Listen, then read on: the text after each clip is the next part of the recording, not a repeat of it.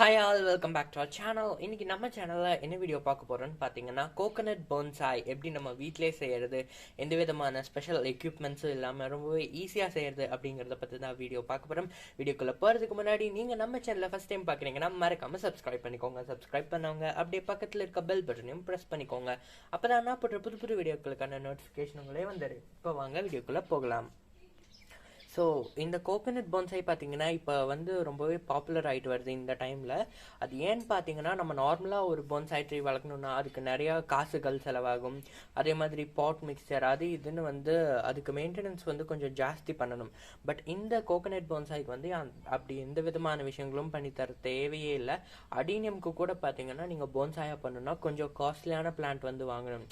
பார்த்தீங்கன்னா சின்ன செடியிலிருந்து அதை போன்சாய் பண்ணுறதுங்கிறது ரொம்ப கஷ்டங்கிறதுனால கொஞ்சம் பெரிய பிளான்ட்டாக வாங்கி அதை எல்லாத்தையும் ப்ராசஸ் பண்ணும். அதை வந்து காப்பர் ஒயர் சுற்றி அது மாதிரி நிறையா ப்ராசஸ் பண்ணும்.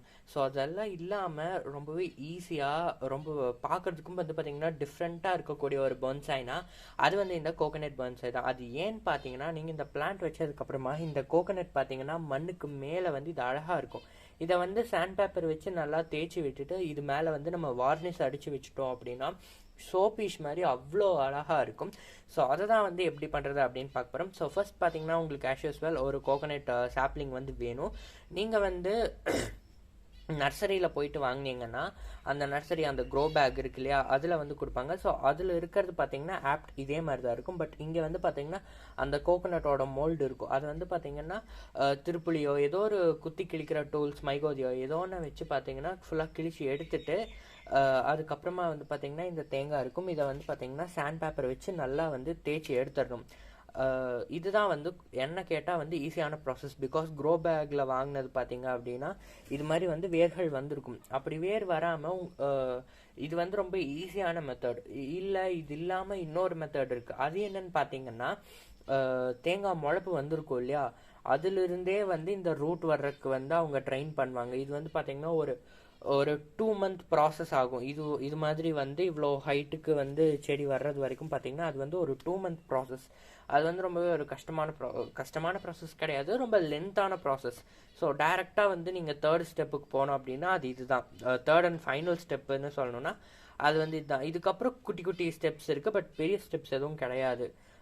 இதை வந்து சாண்ட் பேப்பர் வச்சு தேய்ச்சிட்டு ஜஸ்ட் பாட்டிங் மட்டும்தான். இதுவே வந்து நீங்கள் முளப்பிலிருந்து எடுத்தது அப்படின்னு பார்த்தீங்கன்னா பாட்டில் போட்டுட்டு அந்த முளப்பு இருந்ததை வந்து ஃபார் எக்ஸாம்பிள் வந்து பார்த்தீங்கன்னா இப்போது இந்த பாட்டில் நீங்கள் வைக்க போகிறீங்கன்னா இது முளப்பு வந்த தேங்காயை இப்படி வச்சுட்டீங்கன்னு வச்சுக்கோங்க. வச்சுட்டு அதுக்கப்புறமா அதை சுற்றி இப்படி ஒரு அட்டையை வச்சு கவர் பண்ணி அதை ஸ்டேபிள் பண்ணிக்குவாங்க. பண்ணதுக்கப்புறமா இது மேலே வந்து இப்போது இந்த கவர் பண்ண அட்டை இருக்கும் இல்லையா இதுக்குள்ளே ஃபுல்லாக மண் போட்டு ஃபில் பண்ணிடுவாங்க. மேலே முளப்பு மட்டும் தெரிகிற மாதிரி இருக்கும். அது பார்த்தீங்கன்னா ஒரு 1 or 2 weeksக்கு அப்புறமா வந்து மேலே லைட்டாக இது மாதிரி குட்டியாக முளப்பு வரும். அது எல்லாத்தையும் சீவி விட்டு சைடில் இருக்கிறது எல்லாத்தையும் ஓப்பன் பண்ணி விட்டு சென்டரில் இருக்கிறது மட்டும் ஸ்ட்ரைட்டாக வளர்கிறதுக்கு விடுவாங்க. வளர்ந்ததுக்கப்புறமா ஒரு 1 month ஆனதுக்கப்புறமா அது எல்லாத்தையும் ஓப்பன் பண்ணி பார்த்தாங்கன்னா வந்து இது மாதிரி கோகனட் இதாயிரும். ஸோ அப்போ அதை வந்து நல்லா சாண்ட் பேப்பர் வச்சு க்ளீன் பண்ணிவிட்டு அந்த ரூட்டை வந்து அவங்களுக்கு பிடிச்ச மாதிரி பண்ணிடுவாங்க. ஸோ இந்த 2 month கிட்டத்தட்ட இது 1.5 month ஆகும். கண்டிப்பாக 1.5 month ஆகும். ஸோ அந்த ப்ராசஸை வந்து ஸ்கிப் பண்ணுறதுக்காக தான் வந்து பார்த்தீங்கன்னா இது மாதிரி நான் வந்து ஒரு சாப்ளிங்கே வந்து வாங்கிட்டேன். ஆக்சுவலி நான் வந்து வாங்கலை, இது வந்து எனக்கு ஒரு ரிலேட்டிவ் மூலமாக வந்து கிடச்சிது. இன்னொன்று கிடச்சிது, 2 நாற்று வந்து கொடுத்தாங்க. So balance ஆகிடுச்சின்னு. ஸோ அதை வந்து நான் போன்சாய் பண்ண போகிறேன். இன்னொன்று வந்து போன்சாய் பண்ணலாமா வேணாமா அப்படின்ட்டுங்கிற ஐடியா கிடைக்கல. பட் இதுக்கு வந்து போன்சாய் தான் பண்ணணும்னு சொல்லி எல்லாம் உரிச்சு வச்சுட்டேன். நான் அந்த உரிச்ச பிக்சர்ஸும் வந்து மேலே சைடில் காட்டுறேன். அது ரொம்பவே நைட்டு எடுத்ததுனால வந்து பார்த்தீங்கன்னா என்னால் வீடியோ வந்து எடுக்க முடியல.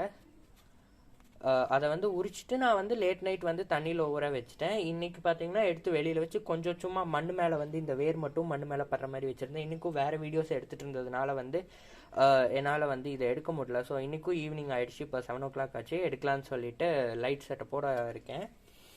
ஸோ பார்த்தீங்கன்னா இது சும்மா டிங்கரிங் டச்சப்னு சொல்லலாம். இந்த ஸ்டெப்பை வந்து என்னென்னா இந்த தேங்காய் பீஸ் இருக்கு இல்லையா ஸோ இதை வந்து இந்த சாண்ட் பேப்பர் வச்சு நல்லா தேய்ச்சி விடணும். நம்ம தேய்ச்சி விட்டுட்டு இது மேலே வந்து பிடிச்ச மாதிரி வார்னிஷ் அடிச்சுக்கலாம். அல்லது பிளாக் பெயிண்ட் அடிச்சுட்டு ஏதாவது பெயிண்டிங் பண்ணணும்னா பெயிண்டிங் பண்ணிக்கலாம். யாராவது பேரை பொறிக்கணும்னா அதில் கூட வந்து நீங்கள் அந்த நேம் ஆர்டிஸ்ட் இருப்பாங்கல்ல, எல்லாத்தையும் எழுதி தருவாங்க. இந்த உட்டன் பேனல்லாம் வெல்கம் போர்ட் மாதிரி எழுதி தருவாங்கல்ல. ஸோ அது மாதிரி கூட வந்து நீங்கள் இதில் பண்ணிக்கலாம். ஒரு ஸ்டிக்கர் ஒட்டிக்கலாம், உங்களுக்கு என்ன வேணுமோ அதை வந்து பண்ணிக்கலாம். இது தனியாக இப்படி இருக்கிறதுனால இது ரொம்பவே அழகாக இருக்கும். ஸோ அதனால வந்து இப்போ இது ஆக்சுவலி வந்து ஈரமாக இருக்குது. ஸோ அதனால சாண்ட் பேப்பரை வச்சு பண்ணுறதுக்கு வந்து கொஞ்சம் டிலே ஆகும்னு நினைக்கிறேன். ஸோ இப்படி சொரண்டிங்கனாலே வந்து பார்த்தீங்களா எல்லாமே கொஞ்சம் கொஞ்சமாக வந்து கீழே விழுந்துடும். நான் வந்து உங்களுக்கு ஃபுல்லாக இது எல்லாத்தையும் நீட்டாக க்ளீன் பண்ணி எடுத்துகிட்டு காட்டுறேன். இங்கே பார்த்தீங்கன்னா இங்கே இருக்கல, இது வந்து ஆல்ரெடி நான் வந்து அதை உரிச்சு எடுக்கும்போதே இந்த இடத்துல பார்த்தீங்கன்னா இது மாதிரி க்ளீனாக இருந்தது. ஸோ இது மாதிரி தான் இருக்கணும். இதுதான் எக்ஸாக்டாக கரெக்டான போர்ஷன்.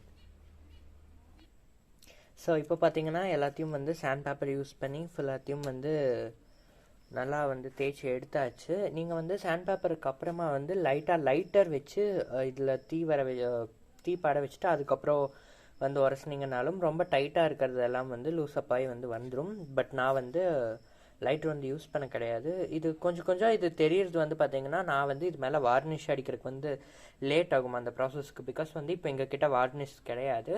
ஆஃப்டர் ஒரு 1 or 2 months அப்புறம் தான், ஐ மீன் இந்த ரூட் வந்து பார்த்தீங்கன்னா நல்லா ஸ்ட்ராங்காக அது ஸ்டெடியப் ஆகி சென்டரில் வந்து பார்த்தீங்கன்னா இது இப்படி தனியாக இப்படி ஆஸ்ட்ரிச்சோ ஹென்னோ ஏதோ ஒரு பேர்ட் மாதிரி இப்படி நிற்க வைக்கிறது தான் வந்து எங்களோட பிளான். ஸோ இது மாதிரி இது ஸ்ட்ராங்காக நின்று சென்டரில் வந்து பார்த்தீங்கன்னா ஒரு கல்லோ ஏதோ ஒன்று வச்சுருவோம், ஸ்பாஞ்சோ ஏதோ ஒன்று வச்சுருவோம். ஸோ அந்த வெயிட்டுக்கு பேலன்ஸ் ஆகிட்டு இந்த 3 ரூட்டும் நல்லா ஸ்ட்ராங்காகி க்ரிப்பாக பிடிச்சதுக்கப்புறம் அந்த கல்லோட சப்போர்ட் தேவையில்லைங்கிறப்ப கல்லை எடுத்துகிட்டு இதுக்கு வந்து இன்னொரு டைம் தொட்டியில் இருக்கும்போதே போன்சாய் பாட்டில் இருக்கும்போதே லைட்டாக வந்து அந்த ஃபயர் காமிச்சு அதை சாண்ட் பேப்பர் வச்சு பண்ணிவிட்டு வார்னிஷ் அடிச்சுக்குவோம். அதுக்கு பார்த்திங்கன்னா குறைஞ்சது ஒரு 2 months ஆகலாம், 1 month ஆகலாம்.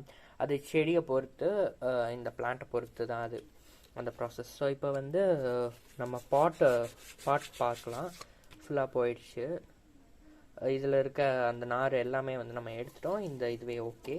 இதில் வந்து பார்த்திங்கன்னா இந்த சைடில் இந்த காஞ்சது இருக்கு இல்லையா, இது எல்லாத்தையும் வந்து ஜஸ்ட்டு நைஃப் வச்சு நம்ம கட் பண்ணி விட்டுக்கலாம். அது ஒன்றும் பெரிய ப்ராப்ளம் கிடையாது. நீட்டாக வரதை கட் பண்ணிக்கலாம். லீஃபும் அதே மாதிரி தான்.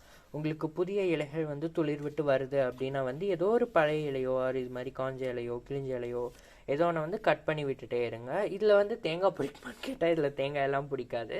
போன்சாய் மாதிரி வந்து குட்டியாக அப்படியே அழகாக இருக்கும். பிகாஸ் வந்து அடீனியம் போன்சாய் மாதிரி வளர்த்துறோம், அதில் வந்து ஃப்ளவர் வருது, சீடும் வருது. அதுக்கப்புறமா வந்து பேனியன் போன்சாய் வளர்த்துறோம், அதுலேயும் வந்து பேனியன் ட்ரீயில் வர மாதிரி அந்த இதெல்லாம் இருக்குது, ஆலமரம், அதில் அந்த விழுதுகள் வருது. அதுக்கப்புறமா வந்து சிட்ரஸ் ஃப்ரூட்டை வந்து போன்சாயாக வளர்த்துவாங்க. அதாவது ஆரஞ்சு, லெமன், ஆப்பிள் இது மாதிரி சிட்ரஸ் ஃப்ரூட்டையும் வந்து போன்சாய் மாதிரி வளர்த்துவாங்க. ஸோ அதுக்கு எல்லாத்துக்கும் பார்த்தீங்கன்னா லெமன் வரும். ஆரஞ்சு போன்சாய் மாதிரி வளர்த்தினாலும் அதுலேயும் பார்த்தீங்கன்னா லெமன் வரும். ஆரஞ்சை வளர்த்தினா ஆரஞ்சு வரும், லெமன் வளர்த்தினா லெமன் வரும். பட் இந்த கோகனட் வளர்த்தினா கோகனட் வருது. ஜஸ்ட் செடி மட்டும் வந்து உங்களுக்கு பார்க்கறதுக்கு ரொம்பவே அட்ராக்டிவாக வந்து அழகாக இருக்கும். உங்கள் வீட்டு என்ட்ரன்ஸ் முன்னாடி வந்து வைக்கலாம். இதை வந்து கொஞ்சம் டைரக்ட் சன்லைட்டில் வந்து பார்த்தீங்கன்னா ஒரு 2 hour மட்டும் இருக்க மாதிரி பார்த்துட்டு மித்த டைம்லாம் இன்டைரக்ட் சன்லைட் இது கிடைச்சா போதும். சன்லைட் இதுக்கு வந்து பெருசாக தேவைப்படாது போன்சாய்ங்கிறதுனால. ஸோ இது வந்து சப்போஸ் வெடிச்சிருமோ அப்படின்லாம் வந்து நீங்கள் பயப்பட தேவையில்லை. அதனால தான் வந்து பார்த்திங்கன்னா கொஞ்சம் சன்லைட் மட்டும் கிடச்சிட்டு இருக்கிறது மாதிரி பார்த்துக்கணும். இது வந்து வார்னிஷ் அடித்து நம்ம இன்னொரு டைம் ஸ்மூத்தன் பண்ணுறதுனால இது வெடிக்கிற வாய்ப்பெல்லாம் கிடையாது. செடி பெருசாக இது வெடிச்சிருமோ அப்படின்லாம் நினைக்காதீங்க. அது மாதிரியான எந்த பிரச்சனைகளும் வராது. ஸோ இப்போ இதுக்கான பாட் மிக்சர் பார்த்துடலாம். ஸோ நான் வந்து நீங்கள் வந்து பார்த்தீங்கன்னா பாட் எடுக்கும்போது கொஞ்சம் வந்து இந்த டெப்த்து வந்து கம்மியாக இருக்க மாதிரியான பாட்டை எடுத்துக்கோங்க. பட் எனக்கு வந்து இந்த பாட்டு தான் வந்து கிடச்சிதுங்கிறதுனால நான் இந்த பாட்டை எடுத்திருக்கேன். நீங்கள் சூஸ் பண்ணுற பாட் பார்த்தீங்கன்னா நல்லா நீளமாக இருக்க பாட்டை எடுத்துக்கோங்க, அகலமாக இருக்க பாட்டை எடுத்துக்கோங்க. பட் உள்ள டெப்த்து வந்து அதிகமாக இல்லாமல் ஆழம் அதிகமாக இல்லாத மாதிரி எடுத்துக்கோங்க. பிகாஸ் அதுதான் வந்து போன்சாய்க்கான ஒரு கரெக்டான பாட்டு. ஸோ அதுக்காக ரொம்ப ஆழமாக அடீனியம்க்கு எடுக்கிற மாதிரி எடுத்துடாதீங்க. அடீனியம்க்கு எடுக்கிறதுக்கு அடுத்த ஸ்டேஜ் வந்து எடுங்க. அதாவது இதை விட கொஞ்சம் இந்த சர்க்கிள் வந்து ஓகே, பட் ஹைட் வந்து இவ்வளோ இருக்க வேண்டாம், இன்னும் கொஞ்சம் இருந்தால் வந்து ஓகே அப்படின்ற மாதிரி. இது பார்த்தீங்கன்னா ஹைட் ரொம்பவே ஜாஸ்தி. இது வந்து இவ்வளோ ஹைட் வந்து இந்த கோகனட் இதுக்கு வந்து பார்த்தீங்கன்னா தேவை கிடையாது, கோகனட் போன்சாய்க்கு.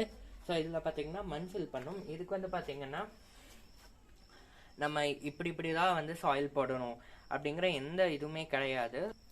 நீங்கள் என்ன சாயில் வேணாலும் போடலாம். உங்கள் கார்டன் சாயில் போடலாம், வெர்மி கம்போஸ்ட் போடலாம், எது வேணாலும் போடலாம். பட் முடிஞ்ச அளவு வந்து நீங்கள் நான் ப்ரீவியஸ் வீடியோவில் சொன்ன மாதிரி வந்து இன்ஆர்கானிக் காம்பவுண்ட் சேர்க்கறத வந்து கொஞ்சம் வந்து தவிர்த்துருங்க. முடிஞ்ச அளவு வந்து இயற்கையான இதுவே சேருங்க.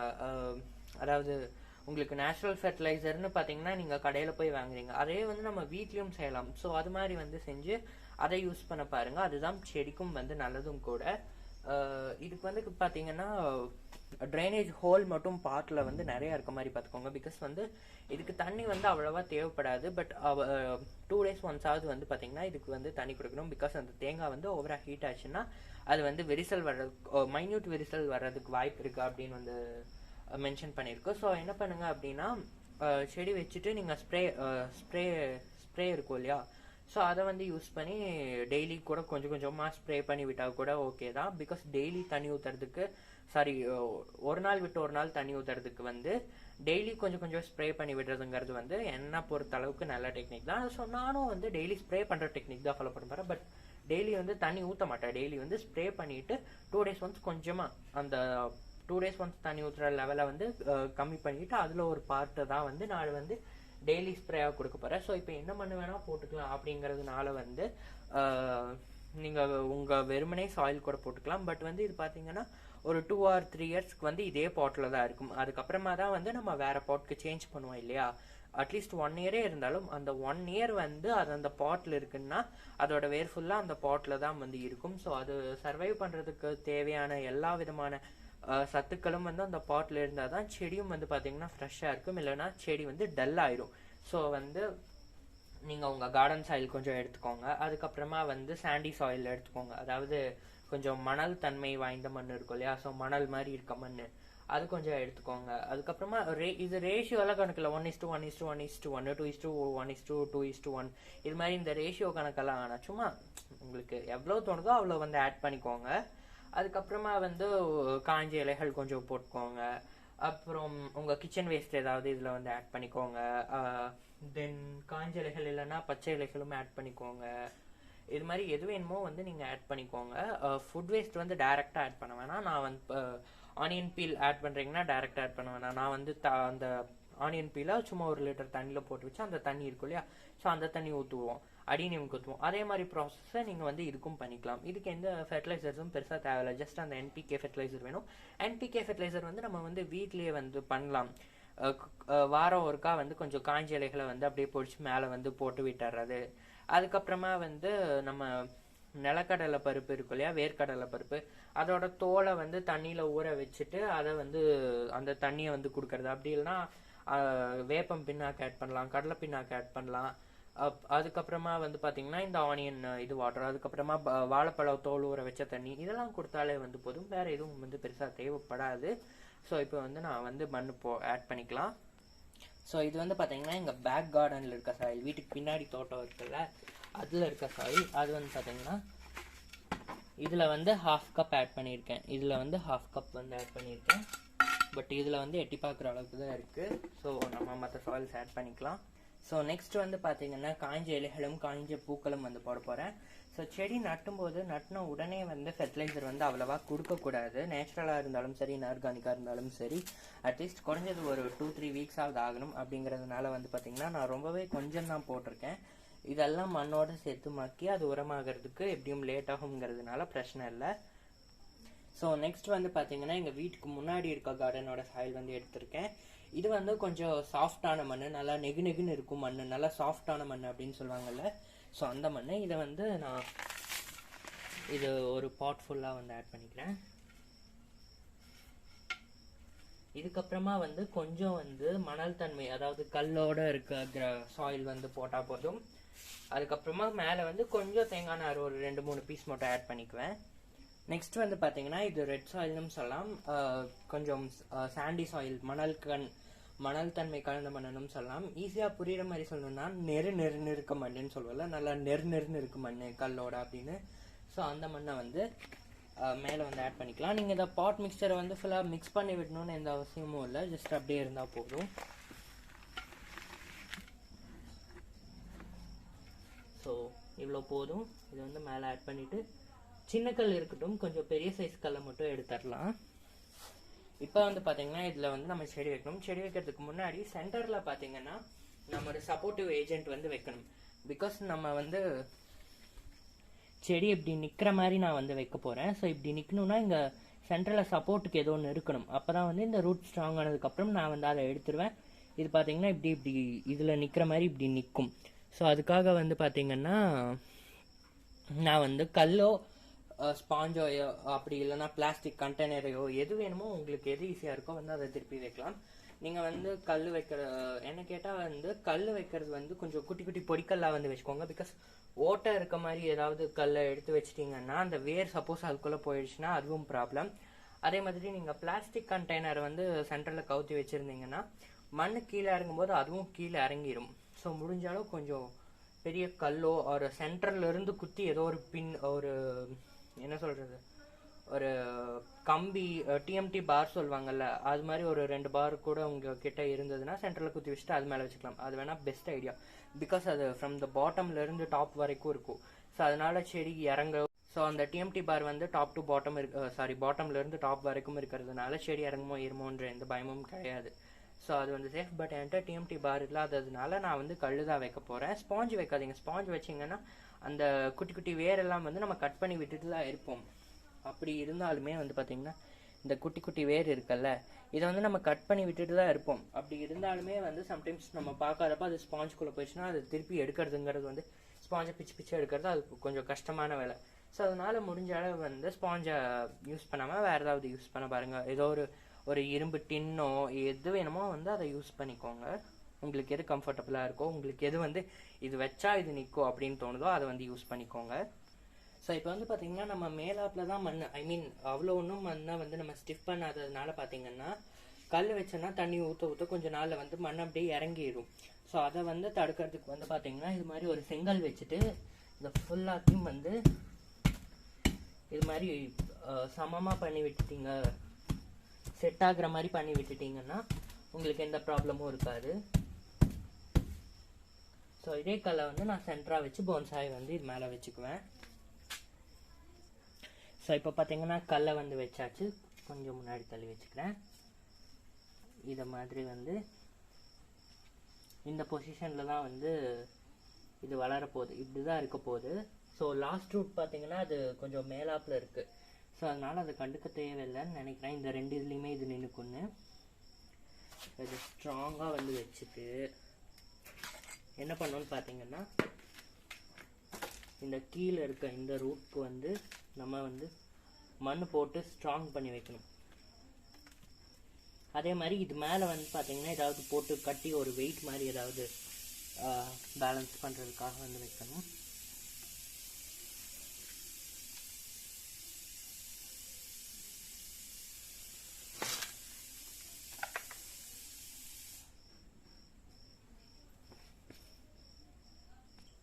ஸோ இப்போ வந்து பார்த்திங்கன்னா 3 ரூட்டுமே வந்து மண்ணில் படுறது மாதிரி வந்து பார்த்திங்கன்னா அந்த வேர் வந்ததுக்கப்புறம் சைடில் வந்து ஃபுல்லாக மண்ணை வந்து குட்டாக வந்து எடுத்து வச்சாச்சு.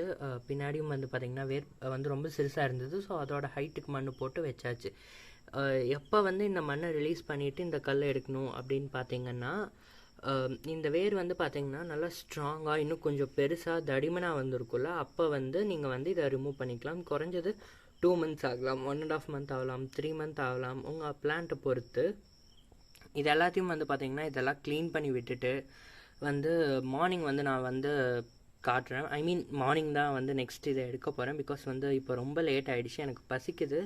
தென் நெக்ஸ்ட் ஒன்று பார்த்திங்கன்னா இந்த இடத்துல வந்து கட்டாயிருக்கு. ஆக்சுவலி அது கட்டாய் கருகி இருக்குது ஆல்ரெடி. வந்து மேபி அந்த பாட்லேயே வந்து அப்படி ஆயிருக்குன்னு நினைக்கிறேன். அது சின்ன க்ரோ பேக்கில் தான் இருந்தது அவங்க கொடுக்கும்போது.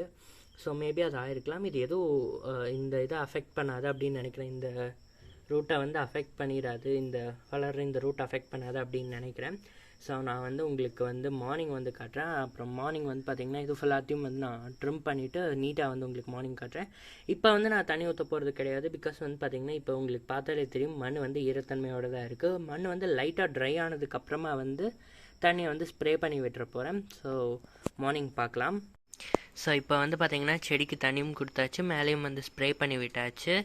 கொஞ்ச நாள் கழித்து ரூட் எல்லாம் வந்து நல்லா ஸ்ட்ராங் ஆனதுக்கப்புறமா வந்து அப்டேட் வீடியோ வந்து கண்டிப்பாக போடுறேன். இந்த வீடியோ உங்களுக்கு பிடிச்சிருந்ததுன்னா மறக்காமல் நம்ம சேனலுக்கு லைக் பண்ணுங்கள், ஷேர் பண்ணுங்கள், சப்ஸ்கிரைப் பண்ணுங்கள், சப்போர்ட் பண்ணுங்கள். தேங்க்ஸ் ஃபார் வாட்சிங். நன்றி, வணக்கம்.